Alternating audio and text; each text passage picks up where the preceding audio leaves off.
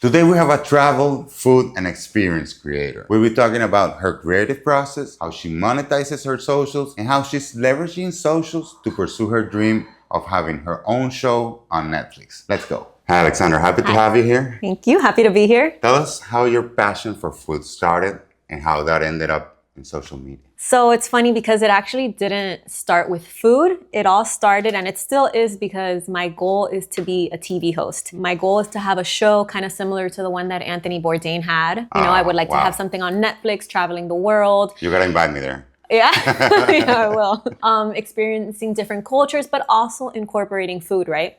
So that's my reason. That's my why. And then I started doing food because it was, Miami has a lot of great restaurants, and that was just an easy way to start. However, it didn't even start with like the food reels that you see now. The way that it started is how I actually should be going back to. And it's that I started interviewing restaurant owners and doing more like something like what we're doing right now, interviewing them, getting their story, how they got started in the business. The whole behind the scenes. The whole behind the scenes, and less about the food and more about them and their story. So that's how it started, always incorporating like a journalism component to it. And then I realized, okay, reels are what's trending, so let me jump on that bandwagon, and that's what I started doing. But why food? It just, I don't know, it just happens naturally. Since you were a kid? I've always liked to eat. Like, I'm not a food critic. People say like, oh, you're a critic. No, I'm not a food critic at all. I'm just a regular girl that likes to eat. And if something's good, I say it. Yeah, you share it. It's a passion to share. Right. But actually, wait, to go back to your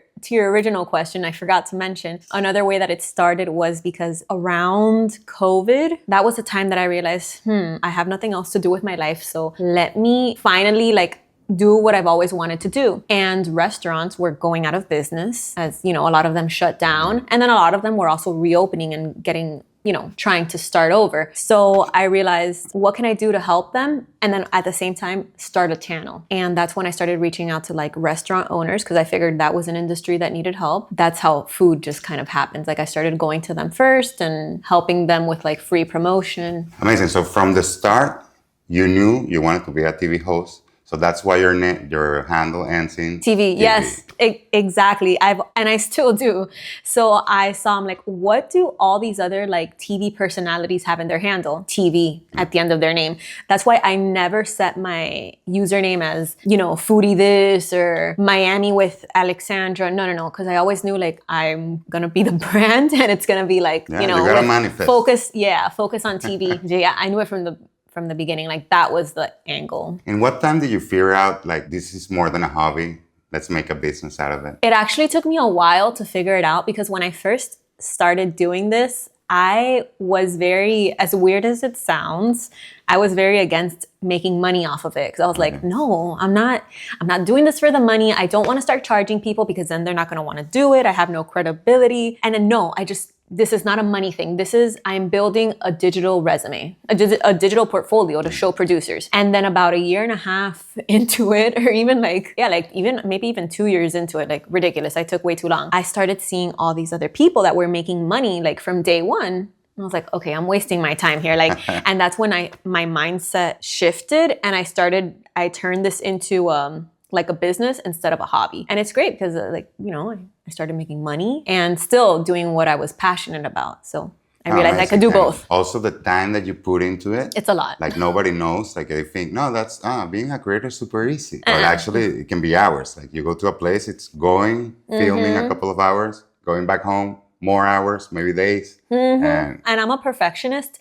So I take a lot longer than people would think on one video that's like 40 seconds. Let's not even count a YouTube video, because I just want it to be as perfect as possible, like perfect within my ability, what I'm capable of doing. So I go back and forth, and I take really long, which I'm working on that. Like, don't be such a perfectionist. No, yeah. It's just a video. One thing is the video or the content, and the other one is the narrative. Like, I can say that you have a really, really awesome way of telling things.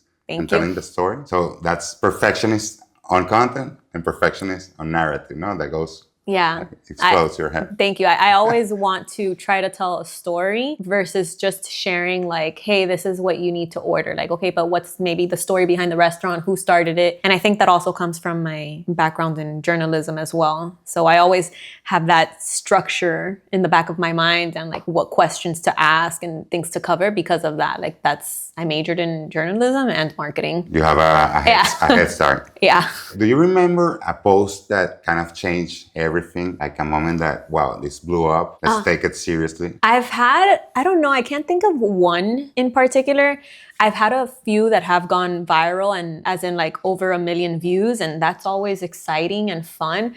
But I wouldn't say that any of those posts, despite its virality, have made me be like, this is it. Because I've always known from day one that this is it, you know, like whether it got 1,000 views or 1 million views, that hasn't changed my idea and the reason of like why I want to do it, nor does it make me work any harder or any less harder. Like it's the same output and the same mindset no matter what. Yeah, and the passion is there, so it's kind of easy. Right. Because I always think beyond what I'm doing. Like the reason is, again, to be a TV host. So the views and the performance of one specific video is not gonna... It's more the compound effort.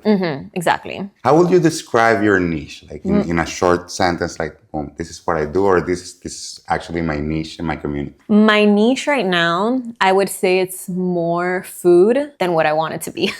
So that's what I'm posting a lot of. Yes, it's more food and travel. I want to do a lot more travel than food, you know, incorporating both. Yes. Let's travel to it. Right. How do you choose which places to go? The ones that are your favorites, maybe the ones that reach out to you? How's that process? So there's two components to that, right? There's the places that I organically go and that I want to share. And then there's also, of course, the business component and the places that reach out to me. So I'll start with the businesses that reach out to me in that aspect of it. I'll have a restaurant, for example, if we're going to stick to restaurants for this topic, they'll reach out and I don't just say yes to all of them. You know, I do my own vetting to see if it's a restaurant that I've already been to and I know it's great, perfect, let's go. Yeah. If it's one that I haven't been to, I check the reviews, I check their Instagram page. I really do my research because I don't want to post something that everyone, like, that's just not good or that everyone hates. And then when it's places that like just came naturally to me, I try to do a lot of like local places and hole in the walls and mom and pop shops and places that have been around for a long time and that are genuinely really, really good and that I think we can shed a light on. So you would say your audience, it's mainly, or the big part, it's Miami? It's USA? I'd say mostly Miami because I'm based here. However, I do post a lot of content in New York as well. And I do have some content globally, like from other countries. But yes, the majority here. And then outside of that, like domestic. But I want to grow into. You would say you have a favorite area in Miami where everything food-wise happens? No, because I think every place, like in Spanish, cada lugar tiene su encanto. Yeah. You know, so yes, you can say, I don't know, okay, Brickell will be where a lot of people go because there's a lot of good restaurants there and Wynwood and all of that. But you can also find really good ones in West Kendall, in Hialeah. And you will go to the end of the world if there's something cool. Oh, yeah, for sure.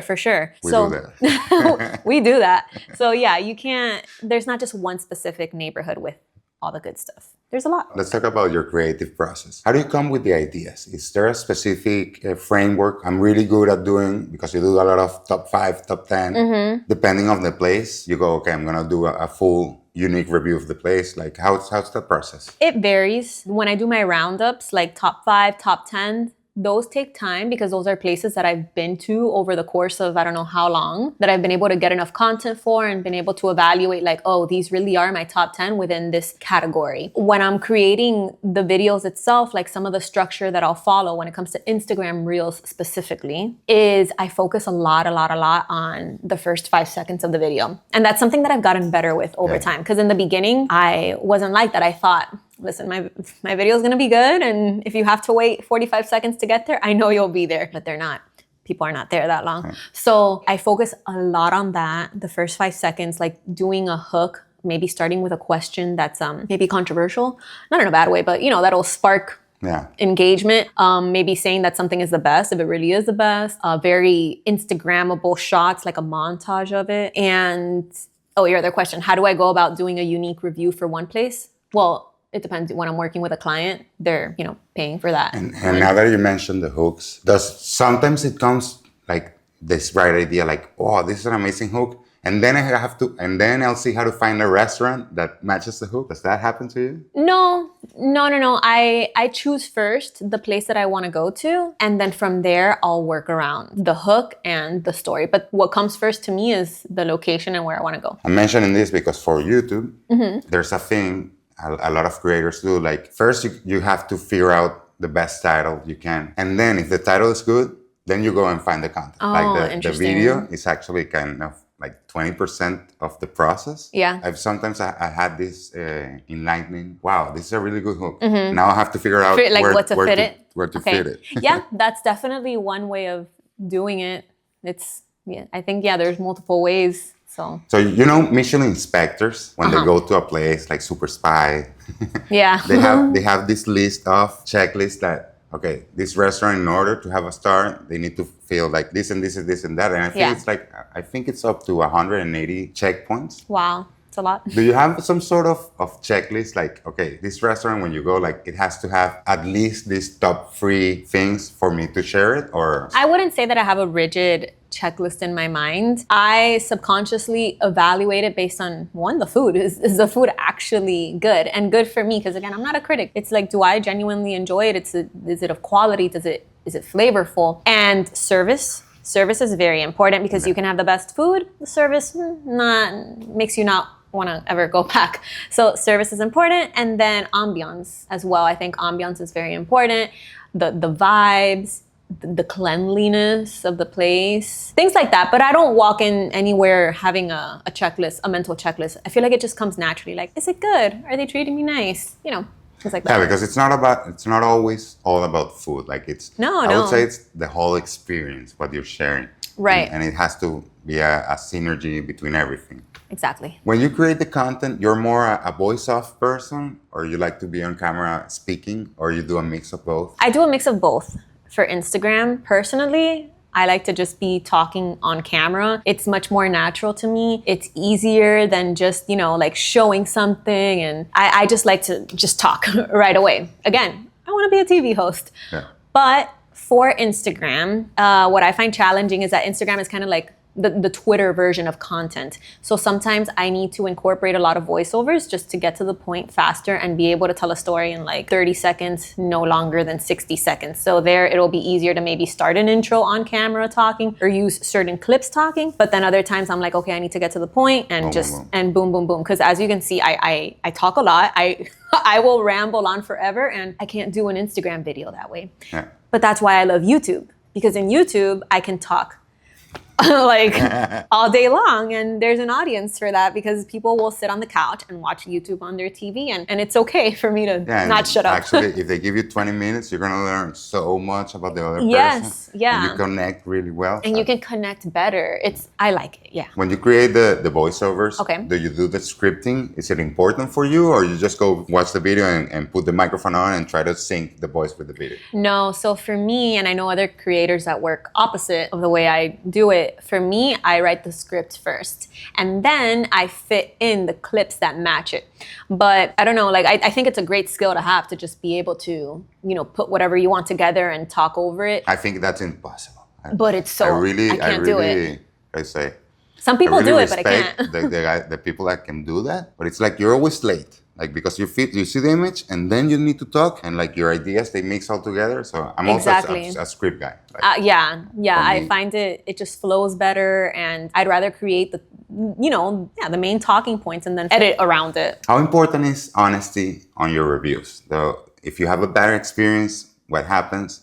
How do you manage that relationship with the restaurant? So being honest and authentic is key. It's number one. And I will never post something that I do not like. But with that being said, I will also never post a negative comment about any restaurant, especially restaurants. I am not a chef. People could have been having a bad day, and I am not in the business of bringing people down. Like, that's just not what I'm gonna do. And I feel like I can be honest and like give honest reviews without having to trash people. Like, that's just not what I'm gonna do. I just won't post it. Simple. And you go to the owner or the manager and, okay, this happened, like you gotta correct this? Or Correct. Luckily, I've actually maybe only had one experience where I was like, this place really isn't great. But for the most part, all the places that I've posted, and I'm talking about posted, of course, I've been to a million places that are not good, but you never see them because I didn't post them. But whatever I post, I've already done enough research about it to know that it's probably going to be a good experience, or I've already been, or it's a good place. But yeah, I'll never post something that I don't like, and I'm not going to bring people down either. I don't like that. Leave it to the other people. Like, yeah, not leave me. it to the others. Or maybe like, okay, there's owners that take it really cool. Like if you give them like, hey, this critique, like constructive critique, like, hey, you should do this better. Like, I'm not a professional, but I've been to so many places and everybody does it this way. Maybe you should try it. Some people take it really good. And the next time you come, like, hey, everything's fixed and it's better. Some, they say like, no, you don't know nothing what you're talking, and they keep on doing it wrong. Yeah, so it's kind of that's kind of a weird situation. And I have given my feedback, and because usually the chefs or the owners, if they're there, they'll ask me, and I'll give them my real feedback. And for the most part, they've all taken it great. So I haven't really had bad experiences with that. So. When nobody knows you're coming, you go like in stealth mode, like super spy, like nobody's checked me out because maybe they want to treat you better than others, or? Yeah, so the only way that you'll know I'm going is if you invite me. Yeah. Otherwise, like, I never reach out to a restaurant. I never try to get free food. I never try to do any of that because it's just awkward to me. I don't like doing that. I'm a regular person. So I just show up to the place and I don't say anything at all. Now, if, we're working together, that's a different story. You're expecting me. Otherwise, I just go. Yeah, but I guess in the restaurant world, a lot of people would recognize you, right? I don't know, but I'm not gonna say anything. The waiters behind the scenes, like, no, it's her, like.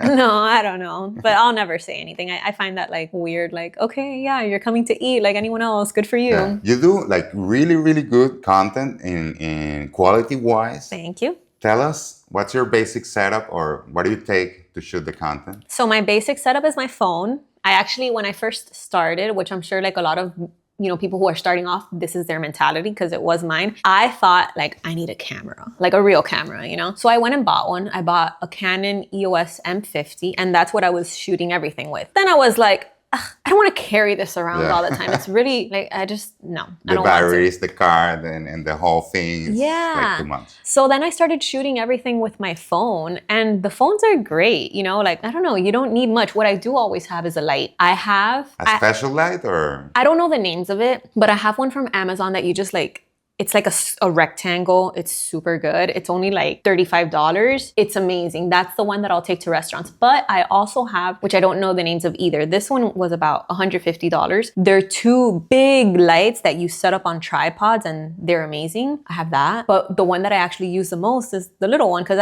I like to keep things simple. I don't want to show. I don't want anything crazy. And regarding microphones? Oh, mics. Yes.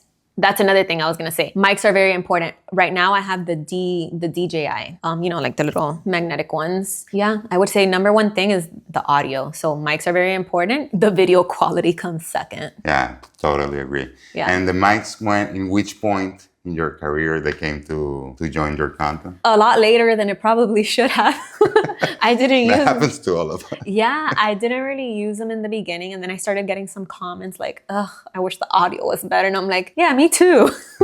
So I'm like, maybe I should buy mics. And I did. Have you taken any let's say video or photography courses to improve your content? No, but I probably should too. What I did was I just when I first started, I taught myself everything on YouTube. I started with iMovie because I have like the MacBook. Yeah. And I started editing there in iMovie, and then after I started doing more YouTube videos, I was like, this isn't good enough. So I got Adobe Premiere. Ah, wow. Yeah, I love Adobe Premiere, and I taught myself through YouTube how to use it. It's not that hard. And then I bought like the Alienware computer because editing on a laptop, I'd rather just have, my 2 monitors. And You have all this gamer setup. yeah, I have a gamer setup.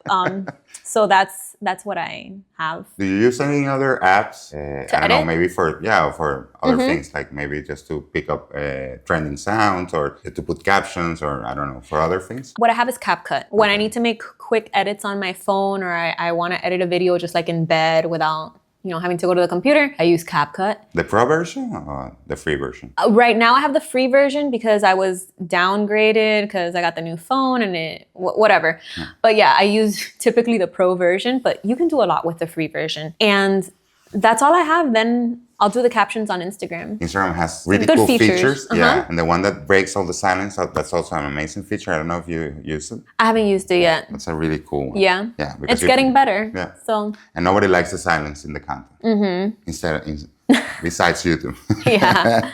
All right. So the biggest question for food creators is, how do you stay thin? Oh, that's a question that I get a lot, actually. A lot of things. I try to work out 4 to 5 times a week, stay active. I walk a lot. I'm a walker. I wish I lived in New York so I could walk more. I don't eat as much as people think, too. It's like two or 3 times at the most per week. Yeah, well, no, not even that. Like when I go to a restaurant to shoot content, they give you a lot of things, right? I will try everything, of course. How else am I gonna know if it's good? But I don't eat everything. Like I don't wipe it all out. So I don't eat as much as people would see. When I'm not shooting content, I actually eat very healthy. I typically like flavorless food, like a chicken side by side with nothing else. Yeah, pretty much. Like I'll usually fast. Like right now, it's I don't know, maybe it's like 12 o'clock. I haven't eaten anything today, and I probably won't till 2 o'clock. I'm not starving myself. I'm fasting, and I'll eat 2 eggs.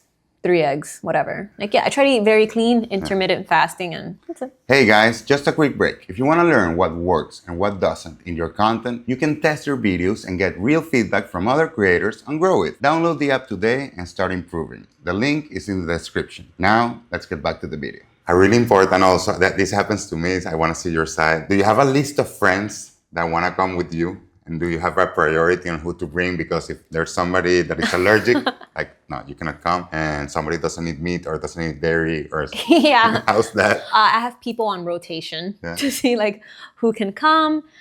Be fair, like, okay, well, you already went to the last one, so maybe you're not going to go to the next one. And then when it's something really, really good, for example, I'm going to go on a cruise with Virgin Voyages that, they're giving it to me. I want to take my mom. So I'll save like the really good things for like my parents. And the relationship with some people, with your friends, has been better with some and worse with others because they don't relate to food as you do? No, because it's not like food is my whole world. It's just one component of what I do. And at the end of the day, everyone enjoys going out to dinner, going out to lunch and having a meal. So it's not something that's like, oh, it's too much food. No, it's part of our daily lives. And what happens when you bring this friend that is super hyped to go, but they don't know how to handle the camera? And it's like, come on, the only thing you gotta do is like... Is hold it.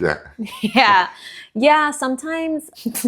I don't know, sometimes I'm like, it's not that hard. Like the framing, well, whatever. Then I'll just do it in selfie mode. And I do a lot of things, like sometimes just putting the phone, laying it against something. And sometimes it comes out even better. And then that friend goes to the bottom of the list, like, until I bring you again, it's going to happen sometime. I need to get more foodie friends. Yeah. Like people who do this, I need more of those because those should be the ones that I do these videos with more often. Because they understand the whole like, oh, wait, we're going to film Sometimes when I first. bring my dad or my mom, like, okay, like I'm going to put the phone here. You just grab it. Don't move.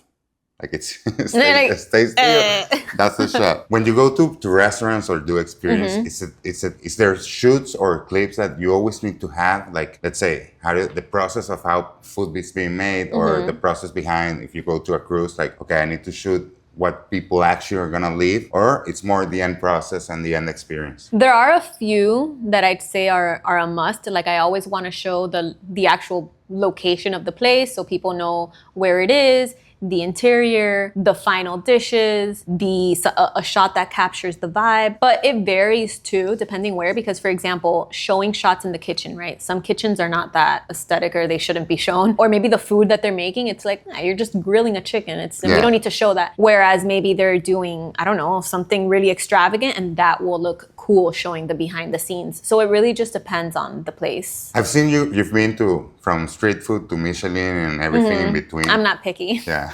No. How do you balance that? Because I guess for more high end, there's gonna be less engagement. And if you show like a taco, like everybody, it's taco. So it's true. I've noticed how that. do you balance that? I balance it as in like, how do I pick where I go or what I like? Like you do like 80% of what you do, you know that it's gonna work more with. Yeah, so I have noticed what you're saying. You're right.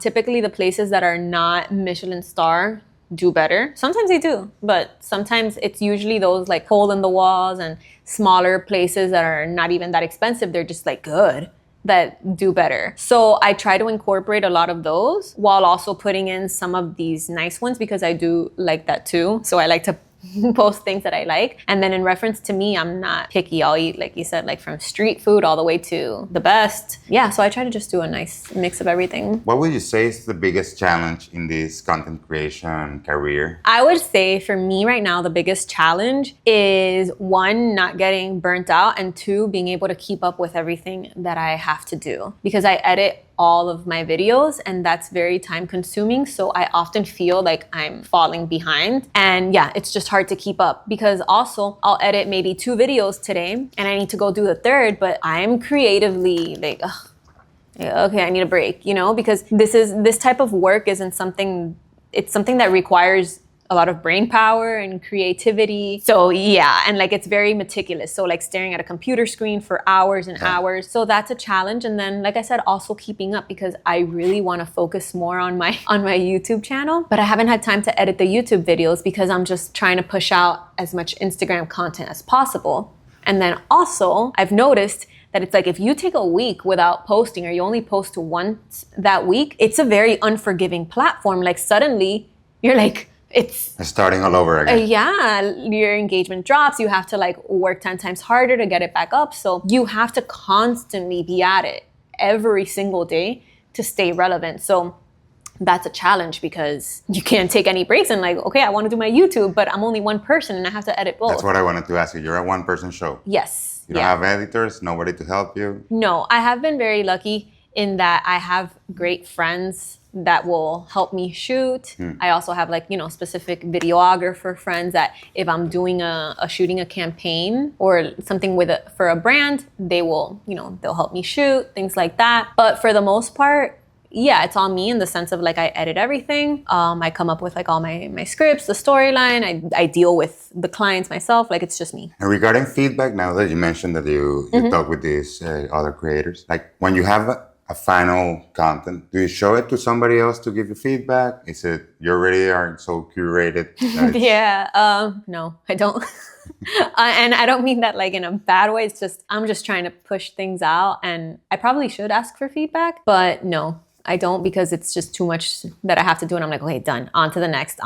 And yeah. And regarding feedback from your followers, like how do you handle, let's say, the hate? What happens with bad comments? So when I first started, sometimes they would bother me, but I don't really care anymore because I've realized that actually boosts engagement. So you take it positively. Yeah, like I don't even come on.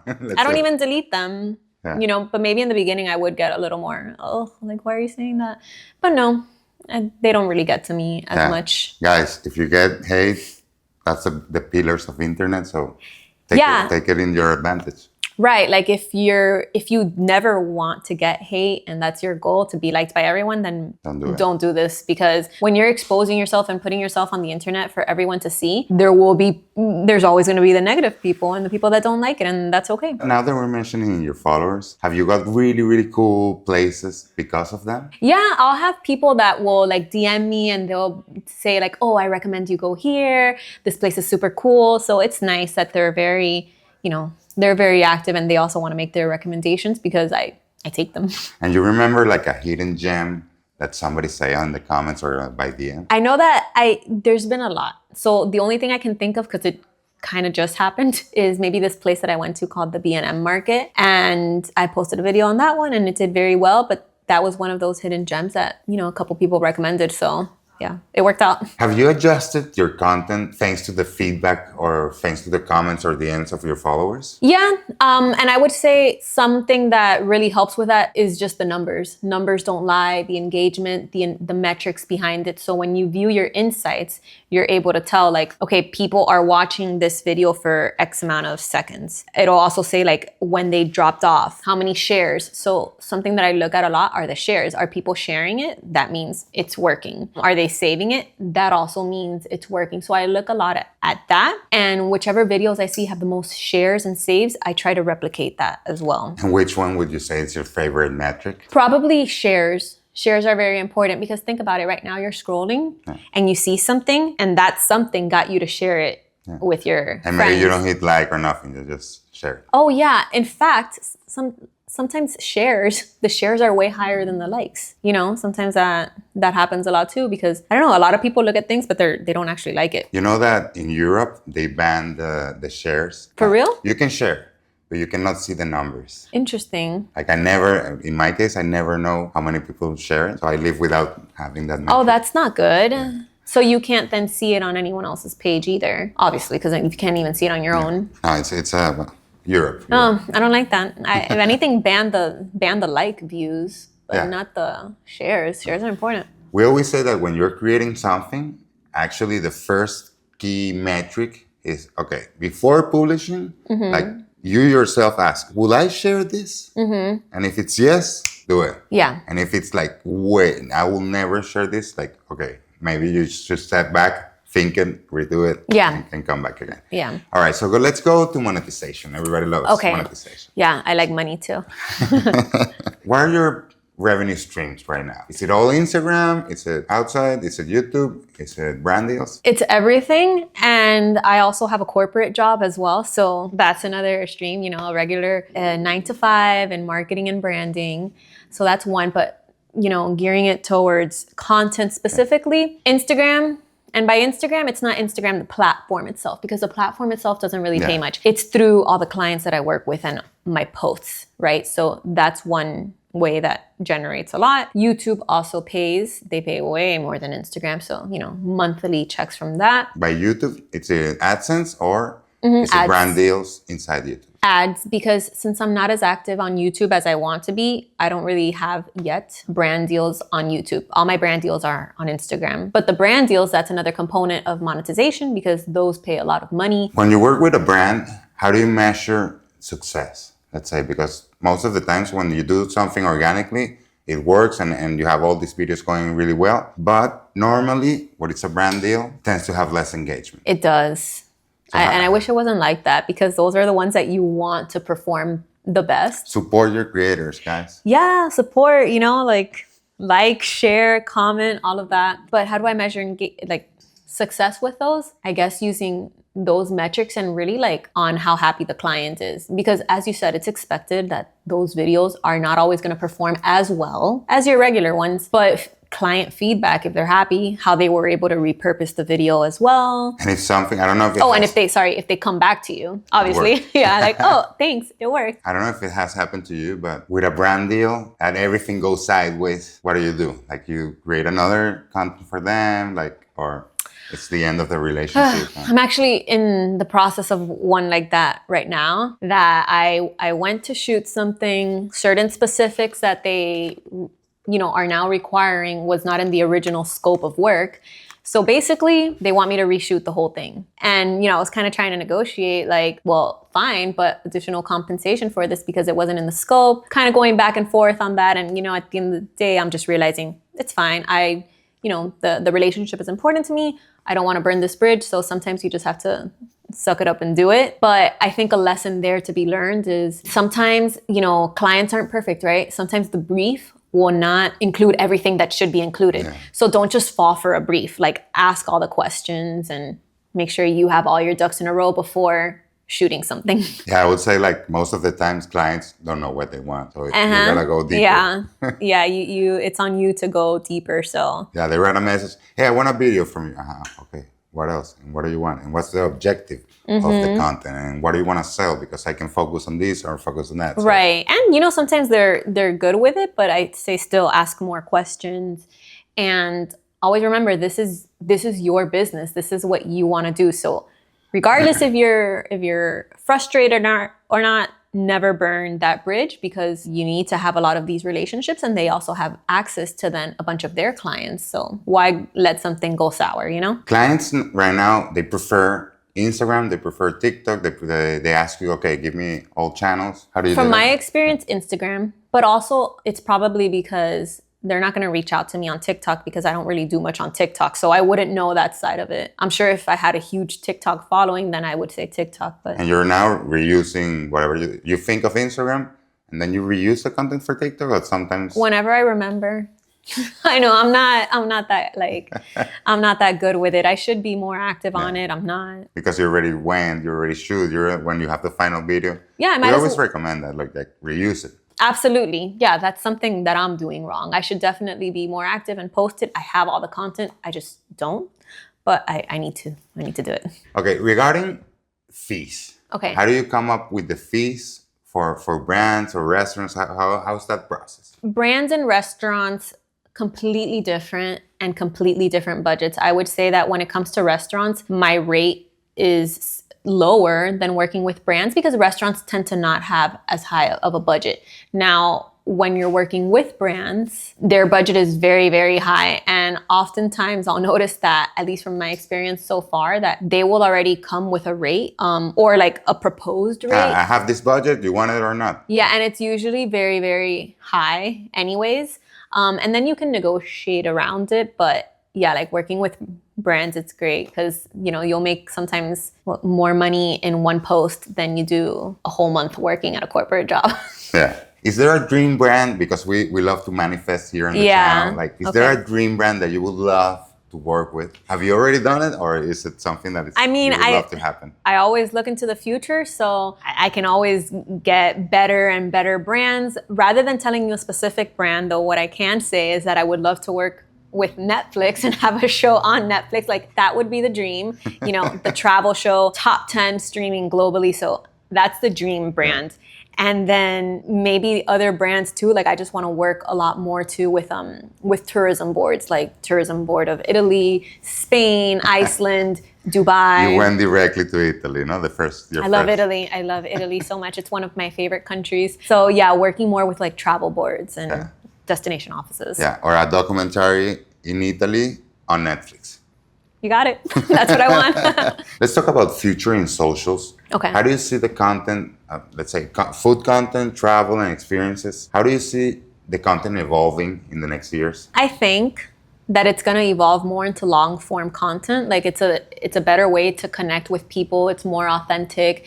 And if people are interested, they'll watch it. But I really don't know, because I feel like in this world, things are changing every month. Yeah. You know, something that you learn today, you have to unlearn it the next, and things are just constantly changing. So one thing that remains constant is the ability to adapt, because you never know.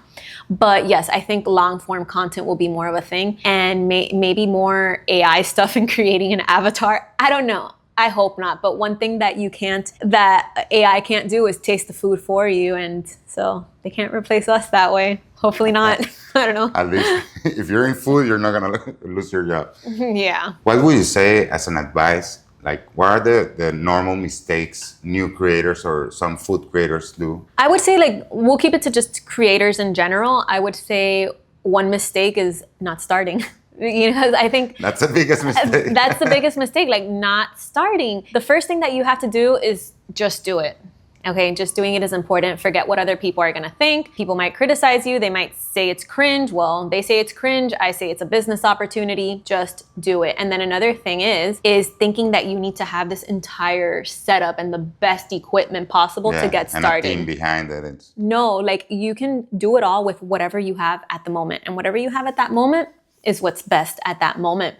And you will continue to upgrade as time goes by, and like learning from your mistakes and just getting better. But the only way of doing all of that is by just starting. And if you're really passionate about something, just give it a shot. You never know what could happen. Like, when I first started, I didn't think that I would have all the opportunities that I've gotten now. Back when I started, I thought that, oh, it was the end of the world, the biggest thing ever to be able to get like a free pasta, a free drink. Oh my gosh, Yeah. me, a free thing. And now that's like, no, I don't care. Like there's way more to that. Like now you get paid for it. You get brand deals. You travel, with companies, like whatever. It's a lot. I heard yesterday a story about a girl who she was all pumped up and happy because she paid for all the food and they gave her a free guacamole for the content. And it was like, oh, they pay me. Yeah, and how? No, they gave me a free guacamole. I'm like, like, Yeah. value yourself and all the work that is behind. Like creating Right. content, it's extremely exhausting. It's really passionate, but nobody knows how much time we put on it. Some people might make fun of it, but it really is a job. But to go back to what you're saying, though, I do think, however, that it is important to work for free a lot in the beginning, because you can't really expect someone to pay you if you've never done the work, if you have no credibility, if you have nothing to show for. And in the beginning, like I said earlier, I did work a lot for free. And I was perfectly fine with that because it was me getting my foot in the door. And I was very lucky for people to just give me the opportunity to do something for them, even if they weren't paying me. So you have to really be willing to put in all those hours first. And then once you have something solid, then you start seeing, okay, maybe now I can start monetizing. But you have to make yourself worthy of getting paid. If you could go back in time and tell the Alex when she started creating content, what would be your biggest advice? Maybe I should have started sooner, and also jumped more on like what was trending at the moment. For example, when I first started, Reels were very popular, but I was very set on my way of, no, I want to do it like the long form. I want this interview format, which doesn't always necessarily work on Instagram, right? So it took me a long time to finally, because I was stubborn, do what was working for other people. So yeah, just adapt and keep going. Do what feels real to you, what you're passionate about, but also go with what's working, because that's how you're going to grow. Alex, I love this conversation. Thank you. Guys, we're going to leave her socials in the description. Netflix, the one who takes the one who hires and thinks of the new ideas. Put me in, coach. We'll see you on the next interview. Bye.